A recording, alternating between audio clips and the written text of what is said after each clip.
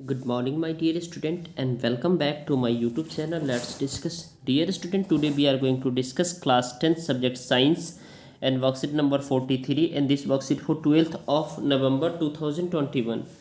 So dear student, आज हम revision करेंगे द लाइट चैप्टर का, जिसमें रिफ्लेक्शंस एंड द रिफ्रैक्शंस और human I and colourful world, यानी दोनों चैप्टर को हम मैच करके अच्छे से इसमें हम क्या करेंगे, मतलब ये दोनों रिफ्लेक्शंस को और रिफ्रैक्शंस को, ह्यूमन आई और कलरफुल वर्ल्ड, इससे अच्छे से समझने का प्रयास करेंगे। राइट, तो चलिए प्यारे स्टूडेंट इसे समझते हैं। तो light seems to travel in straight line, तो आपको याद रखना लाइट हमेशा क्या है, स्ट्रेट लाइन में ट्रेवल करता है। ठीक है, लाइट हमेशा स्ट्रेट लाइन में ट्रेवल करता है। और आपसे कभी भी पूछा जाए डियर स्टूडेंट साउंड, ठीक है, साउंड और लाइट में किसकी गति तेज है, यानी मोशन किसका सबसे ज़्यादा तेज है, कौन पहले पहुंचता है, तो सबसे तेज होती है लाइट की गति। याद रखना है, लाइट की गति जो है ना सबसे तेज होती है साउंड से ज़्यादा। ठीक है, तो आपसे ऐसे भी पूछा जा सकता है सॉलिड लिक्विड गैस, किस में लाइट सबसे ज़्यादा ट्रेवल करता है, तो या वैक्यूम, तो लाइट हमेशा सबसे ज़्यादा ट्रेवल करता है डियर स्टूडेंट आपका वैक्यूम में। ठीक है, सबसे ज़्यादा वैक्यूम में, उसके बाद ये गैस में, उसके बाद ये सॉलिड में, उसके बाद लिक्विड में, उसके बाद सॉलिड में लिटिल बिट। ठीक है, साउंड सबसे ज़्यादा किस में जनरेट होता है, देखिए तो ये भी आप समझ लीजिए। साउंड सबसे ज़्यादा जो है ना ये सॉलिड में होता है, उसके बाद लिक्विड में, उसके बाद गैस में होता है। राइट, तो देखिए mirror and lenses from the image of object, image can be either real और वर्चुअल, यानी मिरर और लेंस का जो इमेज होता है ऑब्जेक्ट का, वो हमेशा कैसा होता है, रियल होगा, वर्चुअल होगा, depending on the position of object. और किस पे डिपेंड करेगा, पोजीशन ऑफ ऑब्जेक्ट पे डिपेंड करेगा। You should remember it dear student. Reflections, reflecting surface of the types obey the laws of the reflections, यानी reflex करता है तो लॉ ऑफ रिफ्लेक्शंस को फॉलो करता है। जैसे सपोज डेट यहाँ से ये लाइट आई, ठीक है, इंसिडेंट रे है, ये आई आर है। ठीक है, यहाँ से ये किसी सरफेस पे टकरा के पुनः इस डायरेक्शन में चली जाती है, तो ये इंसिडेंट रे रिफ्लेक्टेड रे हो जाता है। ठीक है, और इस बीच में जो पड़ने वाले जो नॉर्मल है, ठीक है, ये तीनों एक ही तल में है, यानी एक ही प्लेन में है। ठीक है, ठीक है डियर स्टूडेंट, तो फॉलो द स्फेरिकल मिरर। अब देखिए जो रिफ्लेक्टिंग और रिफ्लेक्शंस, यानी ओबे लॉ ऑफ रिफ्लेक्शन, ये लॉ ऑफ रिफ्लेक्शंस को फॉलो करता है। Reflecting surface obey the laws of reflections. Now the Cartesian science conventions are follow the spherical mirror lens, यानी कार्टेशियन जो साइन कब क्या लगाएंगे ये हमें याद रखना है डियर स्टूडेंट। ठीक है, मिरर फार्मूला होता है, आपको याद रखना, 1/v plus 1/u equal to 1/f। ठीक है, give the relationship between the object distance, यानी यू हमारा क्या है, ऑब्जेक्ट डिस्टेंस है, वी क्या है, इमेज डिस्टेंस है, याद रखना है, और एफ क्या है, फोकल लेंथ है। ठीक है, ये इसमें से आपको वी दे देगा, यू दे देगा, तो आप फोकल लेंथ आसानी से निकाल सकते हैं मिरर फार्मूला से। ठीक है, अब आपको यहाँ देखना है, the focal length of a spherical mirror is equal to half of the its radius of curvature, यानी फोकल लेंथ जो है ना मिरर का हमेशा इक्वल होता है रेडियस ऑफ कर्वेचर का। ठीक है, हाफ इक्वल होता है। ठीक है, the magnification produce by spherical mirror is the ratio of the height of the image to the height of the object, magnification H dash upon में एच ओ, यानी height of image होता है, ये height of object होता है। ठीक है, magnification, ये फार्मूला आपको याद रखना है डियर स्टूडेंट, ये फार्मूला होता है आपका। ठीक है, light ray travelling obliquely from denser medium to rarer medium bend away from the normal, यानी लाइट हमेशा बेंड कर जाता है नॉर्मल की तरफ। ठीक है, जब रेयर से डेंसर मीडियम में जाता है। ठीक है, a light ray bends towards the normal when it travels obliquely from the rarer to denser medium, rarer से denser medium में जाता है। अब आपको ये याद रखना light travel in vacuum with an enormous speed, यानी वैक्यूम में लाइट की जो गति है वो कितने स्पीड है, तो 3.2 × 10⁸ मीटर पर सेकेंड है। इसको आप याद रखना है, लाइट की जो स्पीड है वो वैक्यूम में सबसे ज़्यादा होती है। मैंने अभी बताया वैक्यूम में यानी निर्वात जहाँ कुछ नहीं होता। ठीक है, जैसे एयर हमारे अर्थ की सरफेस के ऊपर, यानी एयर जो हमारा एटमॉस्फेयर है ना उससे ऊपर वहाँ सबसे ज़्यादा तेज होती है। The speed of light is different in different medium, यानी अलग अलग मीडियम में अलग अलग हो सकता है। The refractive index of the transparent medium is the ratio of speed of light in the vacuum to that is in the medium, यानी स्पीड ऑफ लाइट और वैक्यूम होगा जो मीडियम में होगा, जैसे सॉलिड होगा, लिक्विड होगा, गैस होगा, सॉलिड होगा, लिक्विड होगा, गैस होगा, या फिर आपका वैक्यूम होगा। इस मीडियम में जो है ना स्पीड ऑफ लाइट होता है, ठीक है। तो आपको लाइट ट्रेवल इन वैक्यूम जो है ना क्या होता है, लाइट द रिफ्रैक्टिव इंडेक्स जो है ना ट्रांसपेरेंट मीडियम का जो है ना वो रेशियो होता है, क्या होता है, डिफरेंट मीडियम में डिफरेंट डिफरेंट होता है, ठीक है। अब आपको देखना in the rectangular glass slabs the refractions takes place in at the both air glass interface and the glass air interface. The energy emergent ray is parallel to the direction of incident ray. emergent जो parallel होता है direction of emergent ray का, ठीक है। यानी देखिए ये parallel कह सकते हैं आप इसे। अब देखिए द लेंस फार्मूला आपको ये याद रखना है dear student, lens formula 1/v, आपको लेंस फार्मूला याद रखना है, ठीक है। देखिए 1/v minus 1/u equal to 1/f, इस लेंस फार्मूला को आपको याद ही रखना है डियर स्टूडेंट, ये बहुत इंपॉर्टेंट है लेंस फार्मूला, इसी पे आपको क्वेश्चन पूछा जाएगा। तो ये क्या देता है, the relationship between the object distance, यानी ये होता है ऑब्जेक्ट डिस्टेंस और ये v होता है ऑब्जेक्ट इमेज का distance, and A focal length होता है, ठीक है, जो कि स्फेरिकल लेंस का होता है, right.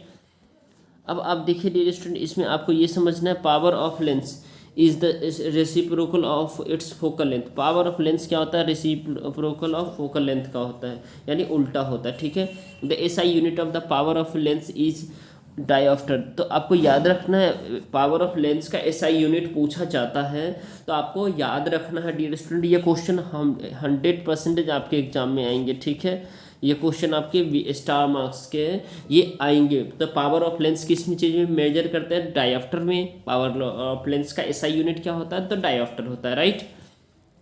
The splitting of the white light into the it's component colour is called the dispersion, यानी वाइट लाइट को उसके जो है ना उसके कंपोनेंट यानी डिफरेंट कलर में जो कन्वर्ट होना। जैसे देखिए सपोज ये प्रिज्म है, ठीक है, ये हमारा ये ग्लास स्लैब है, प्रिज्म है, इससे जो वाइट लाइट आती है, ठीक है, वाइट लाइट आती है, तो ये कितने में जैसे आपने देखा होगा वेव की ओर, यानी यहाँ से जा कर के ये इस तरह से मुड़ जाती है, ठीक है, यहाँ से आती है, ठीक है, ये इस तरह से मुड़ जाती है। ये वाइट लाइट एक ही होता है, ठीक है, आपको याद रखना, ये इस तरह से मुड़ जाएगी 7 कलर में, ठीक है,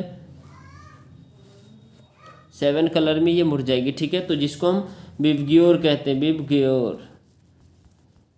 इसमें क्या होता है, वायलेट होता है, इंडिगो होता है, और ब्लैक होता है, ग्रीन होता है, येलो होता है, ऑरेंज होता है, रेड होता है, ठीक है। तो ये वाइट लाइट से जब भी ये वाइट लाइट है, ठीक है, वाइट लाइट, तो जब भी किसी प्रिज्म से पास होता है तो 7 कलर में जो है ना क्या होता है, डिस्ट्रीब्यूट हो जाता है, ठीक है जी।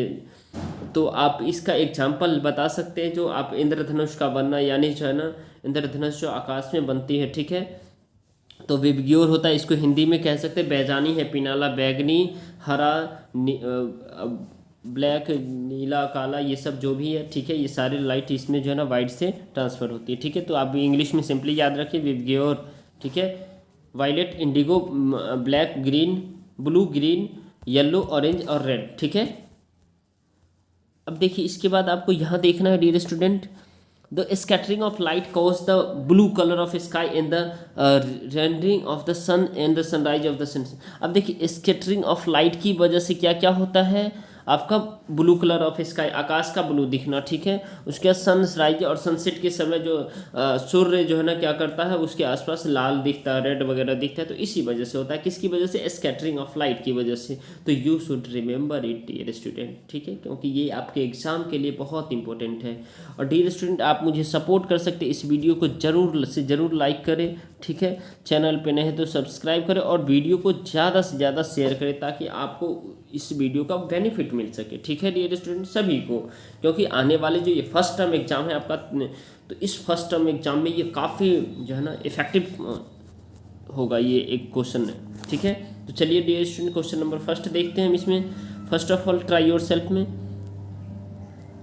क्वेश्चन नंबर हमारा फर्स्ट है, the magnification produce by the rear view mirror filtered vehicle, यानी मैग्निफिकेशन प्रोड्यूस करता है रियर व्यू इमेज, वो रियर व्यू इमेज देता है, ठीक है, व्हीकल में। तो वो कौन सा होता है, ठीक है, वो कितना होना चाहिए, is less than 1, is more than 1, is equal to 1, या can be the more than 1 और less than 1 depending upon the position of the object in front of, नहीं, ये होगा आपका less than 1, is less than 1, आपका option number A correct हो जाएगा। Second question है, a full length image of the distant tall building, यानी ऊंची बिल्डिंग का जो फुल लेंथ का इमेज होगा, ठीक है, can definitely be seen by using, उस इमेज को आप कैसे देख सकते हैं, ठीक है, किस चीज़ों का यूज करके हम देख सकते हैं। तो उसका जो है ना कनकेव मिरर का कभी नहीं देख सकते, प्लेन मिरर कभी नहीं देख सकते हैं, बोथ कनकेव एंड कन्वेक्स कभी नहीं देख सकते। इसमें dear student convex lens mirror हम यूज करेंगे तो हम देख सकते हैं। तो option number B is correct, right. And third one is you are given water mustard oil, आपको वाटर दिया जाता है, मस्टर्ड ऑयल दिया जाता है यानी सरसों का तेल दिया जाता है, ग्लाइसरीन दिया जाता है और केरोसिन ऑयल दिया जाता है, केरोसिन मिट्टी का तेल वगैरह, ठीक है। Which of this media ray of light incident obliquely at the same angle would be the bend the most, यानी कौन से मीडियम में रे ऑफ इंसिडेंट पड़ेगा और वो बेंड करेगा, ठीक है, सबसे ज़्यादा, ठीक है। तो ये आपको बताना है। तो ये केरोसिन ऑयल में नहीं होगा, नहीं वाटर में होगा, नहीं मस्टर्ड ऑयल में होगा, ठीक है, ठीक है डियर स्टूडेंट, ये सिर्फ ग्लिसरीन में होगा, ठीक है, आपको याद रखना ये किस में होगा, ग्लिसरीन में होगा। अब नेक्स्ट है dear student, the splitting of light into the different colour on the passing through the prism, यानी इस जो स्प्लिटिंग ऑफ लाइट है वो डिफरेंट कलर में होता है प्रिज्म में, ठीक है, वाइट लाइट डिफरेंट कलर में, जैसे भी और हमने बताया है। तो क्या होता है डियर स्टूडेंट, तो वो कहलाता है हमारा जो है ना रिफ्लेक्शन नहीं कहलाता, नहीं रिफ्रैक्शंस कहलाता, वो डिस्पर्जन कहलाता है, राइट। वो क्या कहलाता है, डिस्पर्जन। तो एक बार फिर से आप देख लीजिए डियर स्टूडेंट, इस सबका आंसर कौन का, तो फर्स्ट का आपका जो आंसर है डियर स्टूडेंट वो ए है, सेकेंड का ऑप्शन आपका बी है, थर्ड का ऑप्शन आपका डी है और फोर्थ का ऑप्शन आपका सी है, यानी dispersion of light, right. And next one is देख लेते हैं डियर स्टूडेंट, क्वेश्चन नंबर हमारा फिफ्थ है, one cannot see through the fog, हम फॉग में नहीं देख सकते हैं, क्यों नहीं देख सकते हैं, because refractive index of fog is very high, बिल्कुल नहीं, कभी नहीं हाई होता है, ठीक है। Total reflection of light as droplet, बिल्कुल ऐसा कभी नहीं होता है। फॉर एब्जॉर्ब द लाइट, बिल्कुल ऐसा भी नहीं होता, वहाँ होता है light is scattered by the droplet of the fog, light is scattered by the droplet of the fog, ठीक है, उससे स्कैटर्ड कर जाता है, ठीक है। इस वजह से हम क्या करते हैं जो है ना, हम फॉग को नहीं देख सकते हैं, यानी one cannot see through the fog, fog के द्वारा हम नहीं देख सकते हैं, ठीक है।